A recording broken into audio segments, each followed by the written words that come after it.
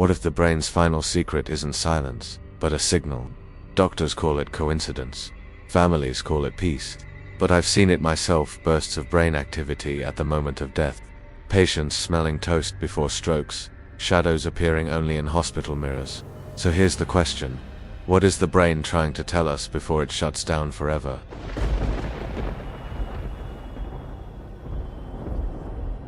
I've spent 20 years watching brains talk in electricity. Lines on a screen, spikes, waves, silence. People think the scary stories in a hospital come from the ER, from the crash carts and the blood. They don't. The creepiest story a neurologist can tell lives in the quiet rooms, under the soft hiss of oxygen and the hum of old lights. It's a medical horror without jump scares. It's a true scary story stitched from IG paper and the breath between beeps. I work nights more than I should. Level 1 trauma center. Neuro ICU down one hole. Epilepsy monitoring unit up another. 8 beds in the EMU. Padded walls, cameras, continuous EEG electroencephalogram and everyone. The machines don't lie. The machines don't comfort. They only reveal. It started with a time.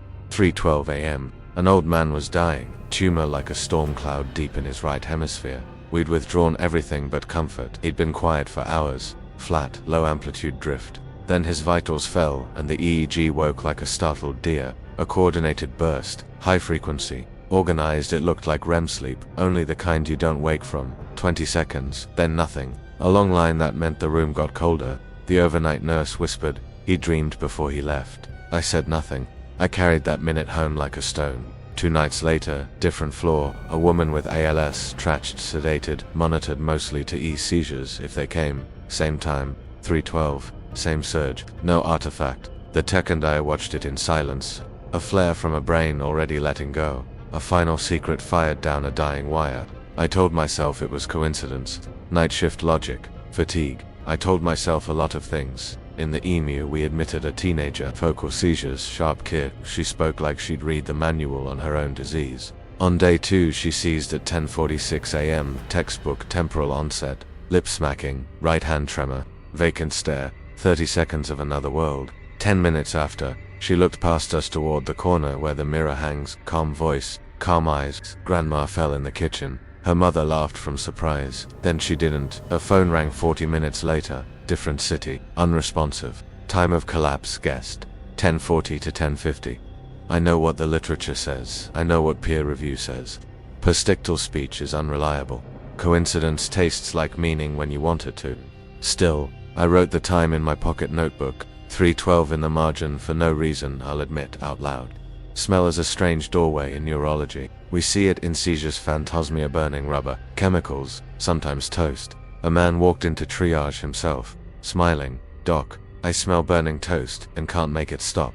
No weakness, no aphasia, joking with the nurse. I looked at him and thought of a nurse's old notebook tally ID once scoffed at. I ordered a CTA, there it was. Early clot in a left MCA branch, quiet like a shark fin beneath still water. We had the team ready when his face fell 6 hours later. 10 minutes to TPA, he walked out of rehab with both arms working. He sent me a loaf of bread a month after discharge. I threw it away. Here S, where the creepy part stops being a collection of other people's lives and starts leaking into mine. The EG lab has a mirror above the head of each bed for eye tracking and behavior. At night it catches reflections no one asked for. The first time I saw the face, I thought it was my own, pale, unamused. Then it didn't move when I did. It stood just behind my shoulder in the glass and nowhere else. I turned. Empty room. I turned back. The faint shape that belongs to bad dreams and hallway stories. The tech watching the screen said so softly I almost missed it. Sometimes he stands there when the spikes start. We reviewed footage. Nothing on the video, only that mirror. The figure lived in angles, not pixels. I started to leave the door open when I read overnight. I started to take the long way around to avoid seeing myself twice. The smell began in the hall outside Neuro ICU. Burnt toast. Faint, like someone had scraped a black slice and tossed it in the trash. No kitchen nearby. No one eating. The smell drifted past like a warning. I wrote the time in my book, 3:12. I didn't want to. My hand did it anyway. A week later, a bed sat empty in the EMU. Discharged clean, no seizures caught. I walked past at night, tired to the bone, and the IG screen for the empty bed flickered with a brief rash of noise. Not electrical, not muscle. a stuttering rise that made the hair on my arms stand. I checked cables, leads coiled and tied, nothing attached. The software kept the ghost like it kept every heartbeat, perfect, uncaring, archived. I stopped sleeping well. On-call rooms are thin places. Anyway, I started waking at 3:12, phone dark, heart racing like it heard something coming around a corner. I told myself it was stress. A neurologist shouldn't be superstitious. Our work is measurable, trackable, repeatable. I repeated it like a prayer until it didn't sound like language. One night I volunteered to be my own control. Stupid. Pride in a lab coat. I strapped a portable EEG cap on my head and lay on the emu bed that sees everything and forgives nothing. The tech rolled her chair to my door and pretended not to watch. The room smiled with its calm lights. The mirror watched the machine watch me. I drifted. Not asleep. Not awake. Something opened behind my ears. A click at the far end of the hall, like a door behaving well. Footsteps, slow, patient, not heavy, not light. I couldn't move. Sleep paralysis. I knew the word even as it sat on my chest. The smell hit like a memory, char heat without heat. The steps reached the doorway and stopped. I kept my eyes on the ceiling tile and counted 8 holes in a neat line. The mirror above me darkened at the edges. A shape behind my head in the glass, close enough that if it were breath, it would have fogged the surface. The portable IG hummed. I heard it in the wall, through the floor, through my teeth. Then a coordinated burst pounded across every channel. Not seizure, not artifact. Organized, like REM. Like those 20 seconds before the long line. I tried to swallow and couldn't. I tried to speak and said nothing. The shape in the mirror bent. Not toward me, toward the machine. The burst ended. Movement returned like a loan. I sat up fast enough to sway. The tech had a hand on my shoulder I hadn't seen arrive. Her eyes were wrong, too wide. She whispered, "We logged it. It looks beautiful." I pulled the cap off and left the room. The hallway was clean. The toaster smell lingered like a note held too long on a violin. After that night, the pattern changed. The phenomena started to announce other people when I smelled toast in triage. Someone stroked when the mirror shape appeared faint in the ICU. Someone seized within the hour. Not always. Enough to stop pretending we saved a few because of it. Or we were there to watch and do what we could, which feels the same on good days. I stopped writing 3:12, the time wrote itself, anyway. On notes, on order sheets. On a cuff that deflated at the wrong moment and printed the stamp at the bottom. I started to hate clocks. There was a final patient who tied the knot around the story and pulled middle-aged. Right, MCA occlusion. We took him for thrombectomy and the procedure went well until it didn't. A narrowing, a stall, a pressure we didn't like even as we smiled. We brought him back, monitored in bright light. Commands obeyed. Deficits lighter than we'd expected. He slept. At 3:12 I stood by his bed and watched the IG show a brief, organized song while the heart traced steady. He opened his eyes and looked at the mirror above him, not at me. "Is he with you?" he asked, calm as the night ocean. I should have said no. I said, "Yes." He nodded. "Then I'll be fine." He left with his arm dragging his pocket and learned to lift it again. I tell myself now that what we do is listen. To symptoms. To families. To the silent language of a brain trying to warn us with phantom smells and déjà vu and the shadow of a man who only lives in glass. I tell myself the horror isn't ghosts. It's timing.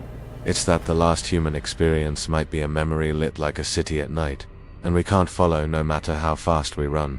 On my nights off, I walk my neighborhood to tire myself out. My watch tracks steps and heart rate and sometimes a line of motion I don't remember. 2 hours around the lake at 2 a.m., shoes clean, door locked. I scroll the map with my thumb and feel that shift at the base of my skull, that warning aura I've described for years in other people's charts. I tell myself the GPS is wrong, the watch is wrong. I tell myself I was thirsty and forgot. I tell myself a lot of things. Tonight I sit in my kitchen with the lights off and the phone face down. The refrigerator hums like a distant electrode. The house holds its breath. I'm not working. I've earned sleep. I check the clock on the oven. I shouldn't. I do. 3:11 a.m. I smell toast. Not pleasant. Black. Bitter. The hallway floor is cool under my feet. The bedroom mirror will show nothing until I look twice. The first time I'll see myself. The second time I won't be alone. If you ask for the moral, there isn't one. This is just how the brain talks when it's desperate, in spikes and smells, in faces that stand behind your shoulder where help can't reach. I am a neurologist. I treat seizures, stroke, sleep paralysis. I read the wires and press the right buttons, but on certain nights, in certain rooms, I am only a witness. I hold the line for 20 seconds, while something beautiful and terrible says goodbye. The oven clock clicks forward, 3:12. The mirror darkens. The room fills with a story I've told too many times to strangers who never believe me until they do, and the line begins to rise.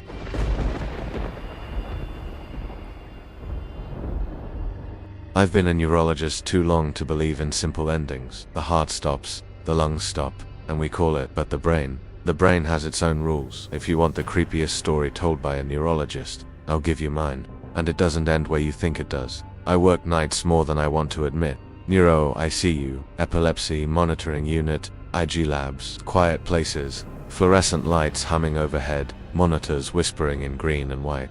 Nights when nothing happens except the sound of your own shoes echoing on tile. Those are the nights when you start noticing things you'd rather not. The first time was an old man with a tumor the size of a fist, buried deep in his frontal lobe. He was dying.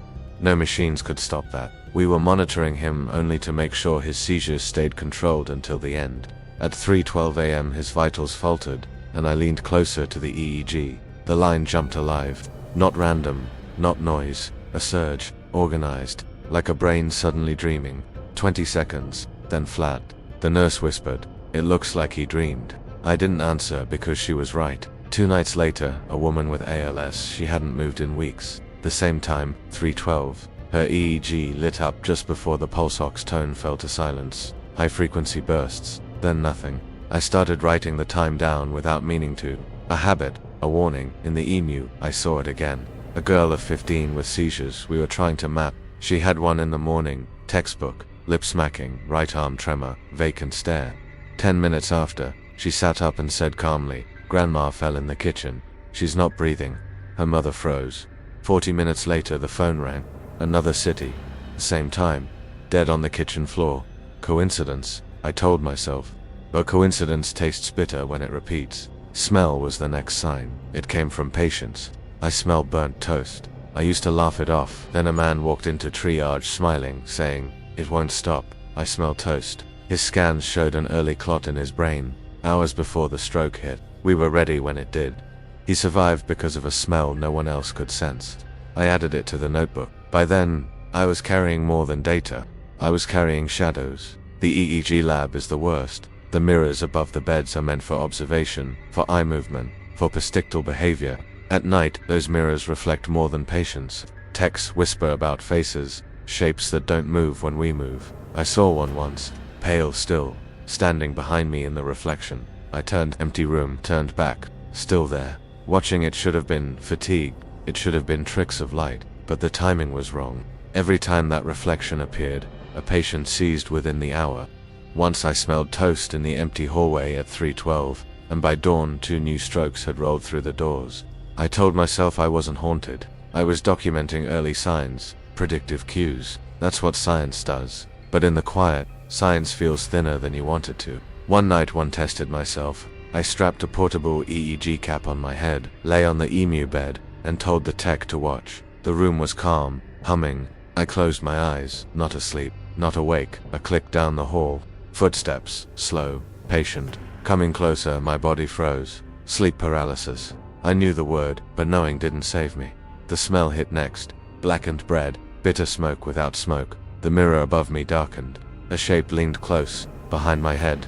My chest burned with the need to breathe, but couldn't. The EEG screamed alive.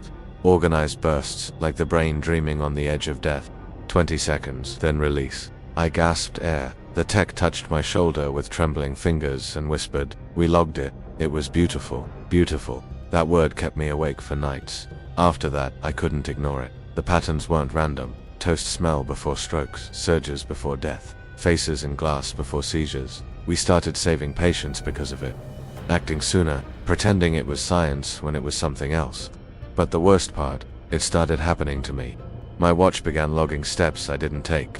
Hours of walking around the lake near my house at 2 a.m. while I slept in my own bed. Shoes clean, door locked, GPS map showing loops in the dark. I checked the times.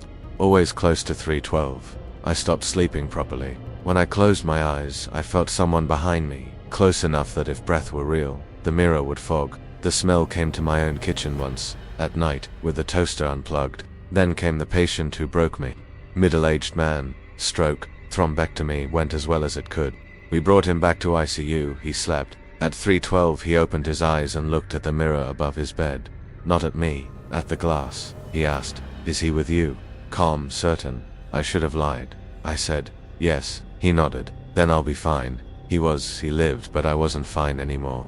I don't believe in ghosts, I believe in brains. I've spent my life mapping them, logging them, saving them, but what I've seen, what I've smelled, what I've carried, feels like something else. Something the brain does at the edge. Something it whispers before it breaks. I used to think the scariest part of my job was telling families their loved one was gone. Now I think it's the opposite. The scariest part is knowing the brain isn't quiet when it dies. It lights up, it remembers, it dreams. And sometimes, if you're standing too close, it takes you with it. Tonight I'm not on call. I sit at home in the dark, writing this down because I don't know what else to do. The clock on the oven ticks. I tell myself not to look. I look anyway. 3:11. The smell rises, sharp and bitter like burned bread. I feel the shift in the air behind me, the way you feel someone staring before you turn. I tell myself I won't check the mirror. I will. I always do. And when I do, the first glance will show only me. The second glance won't. The oven clock blinks forward. 3:12. And the line begins to rise.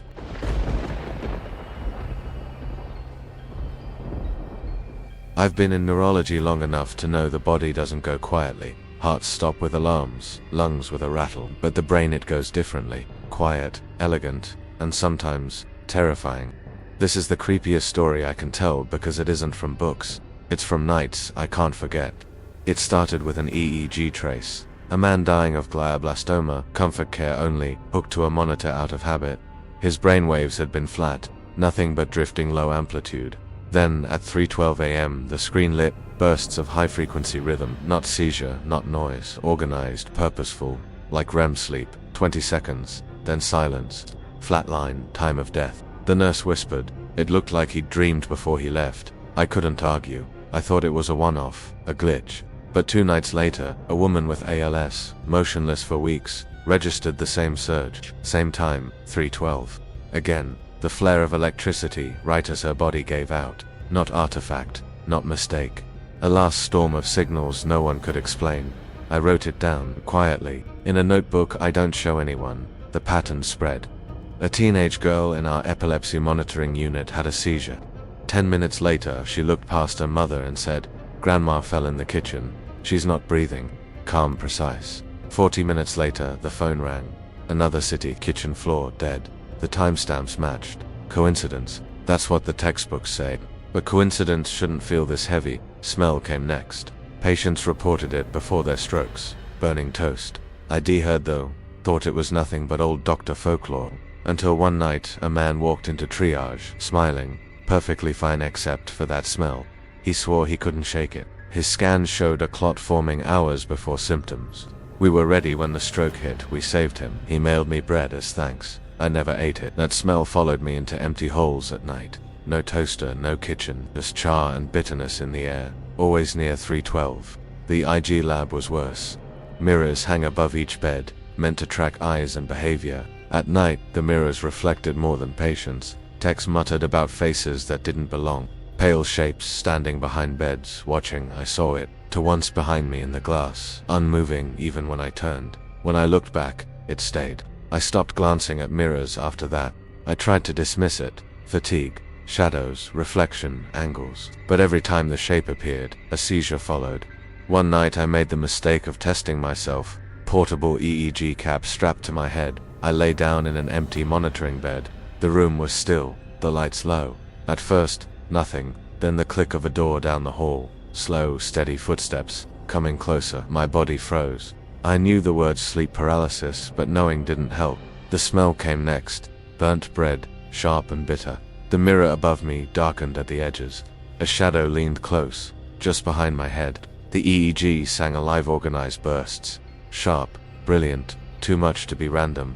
For 20 seconds I lay paralyzed, staring at the ceiling, heart thundering. Then it released me. The tech at the door whispered, "We logged it." It was beautiful, beautiful. That word chilled me more than anything. After that, I couldn't ignore it. The patterns weren't random. Surges before death. Smells before strokes. Shadows before seizures. We started saving patients because of it, acting faster, pretending it was science, even though part of me knew it wasn't. But the worst part, it started happening when no patients were around. My watch began logging long walks around the lake near my house. 2 hours, 3 miles. Times when I was asleep in bed, shoes untouched, GPS maps looping in the dark, always close to 312. I told myself it was a glitch. I told myself a lot of things. The smell came to my own kitchen one night. Toaster unplugged. Nothing cooking, just bitter smoke in the air. Then came the patient who asked the question I can't shake. Middle-aged man, stroke, treated fast. He slept peacefully afterward, stable. At 312 he opened his eyes and stared at the mirror above him. Not at me, at the glass. "Is he with you?" he asked, calm. I should have lied. Instead, I whispered, "Yes." He nodded. "Then I'll be fine." And he lived. He left the hospital with only a limp. I, on the other hand, never felt fine again. I don't believe in ghosts. I believe in the brain, but I've seen too much to dismiss. The dying brain doesn't go silent. It lights up. It remembers. It whispers.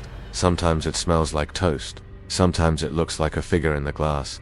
Sometimes it writes 312 into your life, whether you want it or not. I sit in my kitchen now, writing this because sleep is impossible. The oven clock ticks. I tell myself not to look. I do anyway.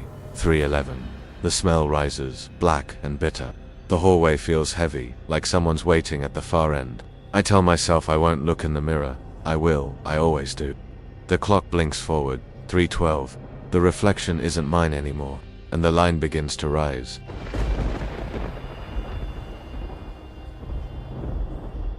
I've walked hospital halls for 2 decades, but the nights never get easier. Neurology isn't about drama like trauma or surgery, it's about silence, and what the silence hides. The creepiest story I can tell doesn't come from a ghost, or a scream in the dark. It comes from the brain itself, whispering as it unravels. It began with a patient on comfort care, his glioblastoma spreading like roots through his brain. We were monitoring only to keep seizures at bay. At 3:12 a.m., as his vitals slipped, his IG jumped to live bursts of rhythmic waves like REM sleep, organized, bright, impossible. For 20 seconds he looked like a man dreaming. Then the line flattened, and he was gone. The nurse whispered, he saw something. I didn't answer. 2 nights later, another patient, a woman with ALS, motionless and sedated. Same time, 3:12. Same surge of brain activity just before her heart gave out. Different patient, different disease, identical farewell. I began to mark the time in my notebook, even though I told myself it meant nothing. Patterns creep. They whisper first, then they scream. In our epilepsy monitoring unit, a 15-year-old girl seized. Classic temporal onset lip smacking, vacant stare, right arm tremor. Minutes later, in the postictal fog, she turned her head toward the mirror in her room and said calmly, "Grandma fell in the kitchen. She isn't breathing." Her mother froze. 40 minutes later, a call confirmed it. Her grandmother had collapsed at that very moment, hundreds of miles away. Coincidence, my colleagues would say, but coincidences don't stack like bricks. The next layer came through smell.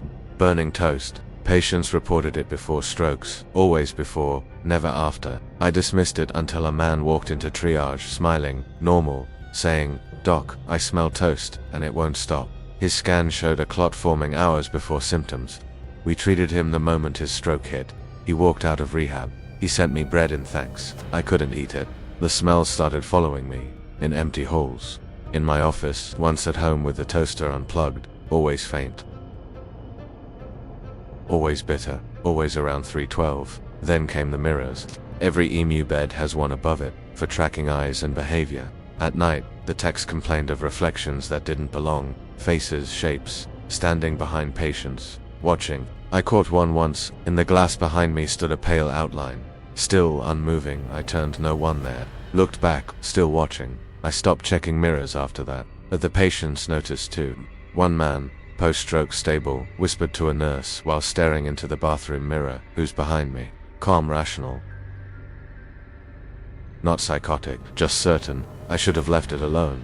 Instead, I tested myself. I lay in one of the beds, strapped to a portable EEG cap. The tech watched from the hall. I closed my eyes, listening to the hum of the machines. At first nothing. Then a door clicked open. Footsteps. Slow, measured. My chest locked. I knew the tone. sleep paralysis. But names don't protect you. The smell hit. Burnt bread. Sharp and bitter. The mirror above me darkened. A figure leaned close. Behind my head. I couldn't move, couldn't scream. The EEG sang alive bursts of organized high-frequency rhythm. 20 seconds of impossible activity. Then silence. I gasped air. The tech whispered, "We caught it. It was beautiful." That word haunted me more than the shadow. After that, I saw it everywhere. Surges before death, smells before strokes, shadows before seizures, and not just in patients. My watch began logging steps I didn't take. Long walks around the lake near my house. 2 hours, 3 miles. At 3 a.m. GPS maps, looping circles in the dark. My shoes stayed clean, the door stayed locked. One night, a man recovering from a stroke opened his eyes at exactly 3:12. He looked at the mirror, not me. "Is he with you?" he asked. I whispered, "Yes." He nodded. "Then I'll be fine." He lived. I wasn't fine. Now I know the brain doesn't die quietly. It lights up before it goes. It dreams, it whispers, sometimes in smells, sometimes in reflections, sometimes in places you've never been but your body has walked anyway. Tonight I'm off shift. I sit at home in the dark, writing this because sleep feels dangerous. The oven clock ticks. I tell myself not to look. I do anyway. 3:11, the smell rises, sharp and bitter, crawling across the kitchen. The air feels heavy like someone waits in the hall. I tell myself I won't look in the mirror. But I will. I always do. The clock blinks forward, 3:12, and the reflection is no longer mine.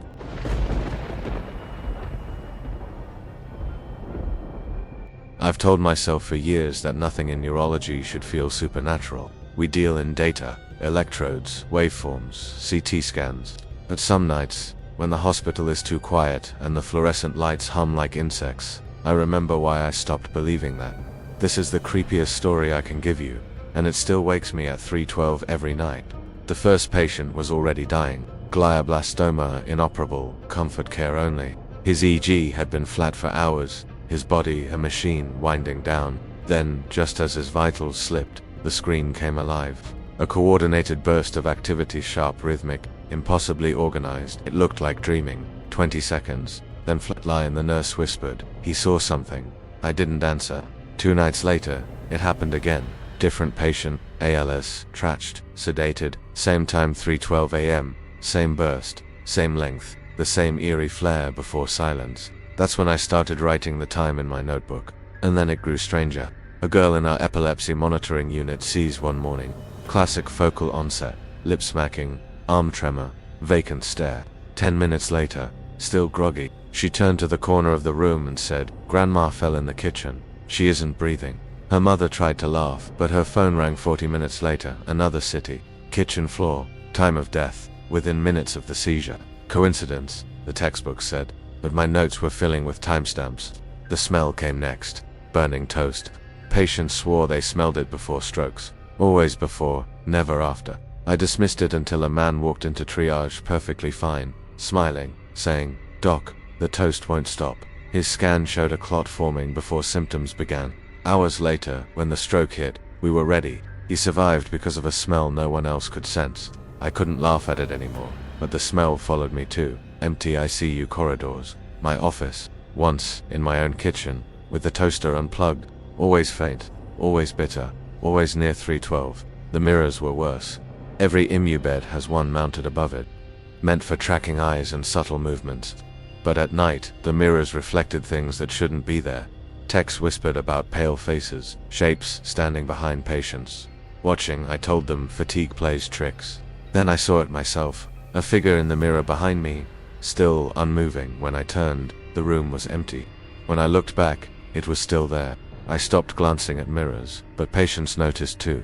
One stroke survivor, stable and lucid, looked into the bathroom mirror and asked, "Who's that behind me?" His voice wasn't afraid, just resigned. I should have left it alone. I didn't. One night I strapped a portable EEG cap on my head and lay in an empty monitoring bed. The techs sat outside, watching. At first silence, then the click of a door. Footsteps in the hall, slow, patient, coming closer. My chest locked. Sleep paralysis, I thought. A word, nothing more. But the smell hit next. Burnt bread. Sharp and choking. The mirror above me darkened, and a shadow leaned close behind my head. The EEG burst alive. Not random, not seizure, organized. Bright, terrifying. For 20 seconds, I couldn't move, couldn't breathe. Then it released me. I sat up, gasping. The tech whispered, "We caught it." It was beautiful. That word chilled me more than the shadow. After that, I started seeing patterns I couldn't dismiss. Smells before strokes, faces before seizures, surges before death. We saved patients by acting on them. We told ourselves it was science. Deep down, we knew it wasn't. And then it began to follow me outside the hospital. My smartwatch started logging steps I never took. Hours of walking around the lake near my house at 2 a.m., loops and circles in the dark. Shoes clean, door locked. GPS data, impossible. Always near 312. The last straw was a man recovering from a stroke, stable, sleeping. At exactly 312 he opened his eyes, stared at the mirror above him, and asked, "Is he with you?" Calm, certain. I should have lied. I whispered, "Yes." He nodded. "Then I'll be fine." He lived, but I wasn't fine anymore. Now I know the brain doesn't die quietly. It flares, it remembers, it whispers. Sometimes through smells, sometimes through reflections, sometimes through long walks you don't remember taking. Tonight, I sit in my kitchen, writing because sleep feels dangerous. The oven clock ticks. I tell myself not to look. I do anyway. 3:11. The smell is here, bitter, black, unmistakable. The hallway feels heavy, like someone is waiting at the far end. I tell myself I won't look in the mirror, but I will. I always do.